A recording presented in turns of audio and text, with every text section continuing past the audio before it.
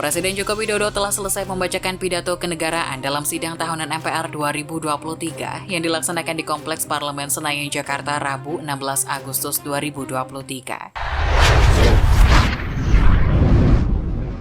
Dalam pidato yang dibacakan selama beberapa menit itu, Jokowi menyinggung beragam topik, mulai dari sebutan Pak Lurah untuk dirinya, hingga kriteria calon presiden yang menurutnya cocok memimpin Indonesia selanjutnya. Jokowi juga menyinggung sejumlah program yang menjadi andalan pemerintahannya, seperti hilirisasi produk sumber daya alam dan juga klaim pencapaian penuntasan angka gizi buruk.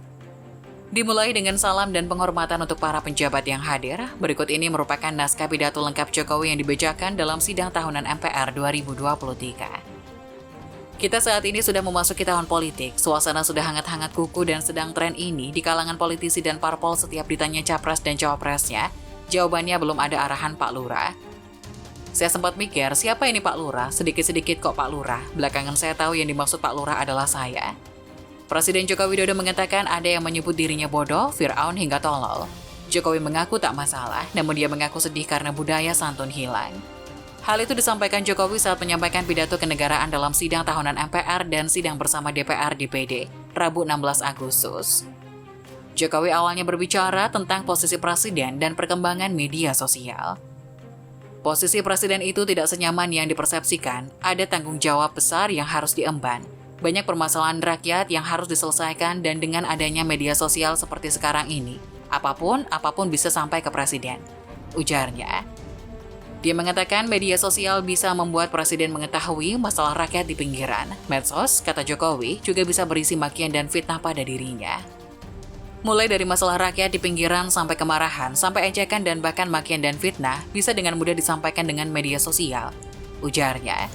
Jokowi lalu bercerita ada yang menyebut dirinya bodoh, Fir'aun hingga tolol. Dia mengaku tak masalah dengan hal itu. Saya tahu ada yang mengatakan saya ini bodoh, pelongo-pelongo tidak tahu apa-apa, Fir'aun tolol. Ya, enggak apa-apa, sebagai pribadi saya menerima saja, ucap Jokowi. Namun Jokowi mengaku sedih, dia mengatakan budaya santun bangsa seolah hilang. Tapi yang membuat saya sedih, budaya santun dan budaya budi pekerti luhur bangsa ini kok kelihatannya mulai hilang. Kebebasan dan demokrasi digunakan untuk melampiaskan kedengkian dan fitnah, ujarnya. Kita saat ini sudah memasuki tahun politik. Suasana sudah hangat-hangat kuku, dan sedang tren ini di kalangan politisi dan parpol. Setiap ditanya capres dan cawapresnya, jawabannya belum ada arahan Pak Lurah. Saya sempat mikir, siapa ini Pak Lurah? Sedikit-sedikit kok Pak Lurah. Belakangan saya tahu yang dimaksud Pak Lurah ternyata saya. Ya, saya jawab saja, saya bukan lurah. Saya adalah Presiden Republik Indonesia. Ternyata Pak Lurah itu kode. Tapi perlu saya tegaskan, saya ini bukan ketua umum parpol, bukan ketua umum partai politik, bukan juga ketua koalisi partai. Dan sesuai ketentuan undang-undang, yang menentukan capres dan cawapres itu adalah partai politik dan koalisi partai politik. Jadi saya ingin mengatakan, itu bukan wewenang saya, bukan wewenang Pak Lurah, bukan wewenang Pak Lurah. Sekali lagi, walaupun saya paham ini sudah menjadi nasib seorang presiden untuk dijadikan paten-patenan dalam bahasa Jawa, dijadikan alibi, dijadikan tameng. Bahkan walau kampanye belum mulai, foto saya banyak dipasang di mana-mana. Ya, saya harus ngomong apa adanya. Saya ke provinsi A, ada ke kota B, ada, ke kabupaten C, ada juga. Sampai ke tikungan-tikungan desa saya lihat, ada juga. Tapi bukan foto saya sendirian. Ada di sebelahnya bareng capres.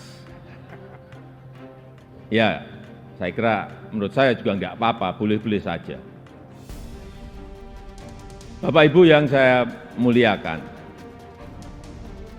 posisi presiden itu tidak senyaman yang dipersepsikan. Ada tanggung jawab besar yang harus diemban, banyak permasalahan rakyat yang harus diselesaikan. Dan dengan adanya media sosial seperti sekarang ini, apapun bisa disampaikan kepada presiden. Mulai dari masalah rakyat di pinggiran, sampai kemarahan, sampai ejekan, dan bahkan makian, dan fitnahan, bisa dengan mudah disampaikan dengan media sosial. Saya tahu ada yang mengatakan saya ini bodoh, pelongo-pelongo, tidak tahu apa-apa, Fir'aun, tolol. Ya enggak apa-apa. Sebagai pribadi saya menerima saja. Tapi yang membuat saya sedih, budaya santun dan budaya dan budi pekerti luhur bangsa ini kok kelihatannya mulai hilang. Kebebasan dan demokrasi digunakan untuk melampiaskan kedengkian dan fitnah. Polusi di wilayah budaya ini, sekali lagi polusi di wilayah budaya ini sangat melukai keluhuran budi pekerti bangsa Indonesia yang besar. Memang tidak semua seperti itu. Saya melihat mayoritas masyarakat juga sangat kecewa dengan polusi budaya tersebut. Cacian dan makian yang ada justru membangunkan nurani kita semua, nurani bangsa untuk bersatu menjaga moralitas ruang publik, bersatu menjaga mentalitas masyarakat, sehingga kita bisa tetap melangkah maju, menjalankan transformasi bangsa menuju Indonesia maju, menuju Indonesia emas 2045. Ini yang bolak-balik saya sampaikan di setiap kesempatan, bahwa Indonesia saat ini punya peluang besar untuk meraih Indonesia emas di 2045, meraih posisi jadi 5 besar kekuatan ekonomi dunia. Kita punya kesempatan. Dan tidak hanya peluangnya saja, tetapi strategi meraihnya sudah ada, sudah dirumuskan.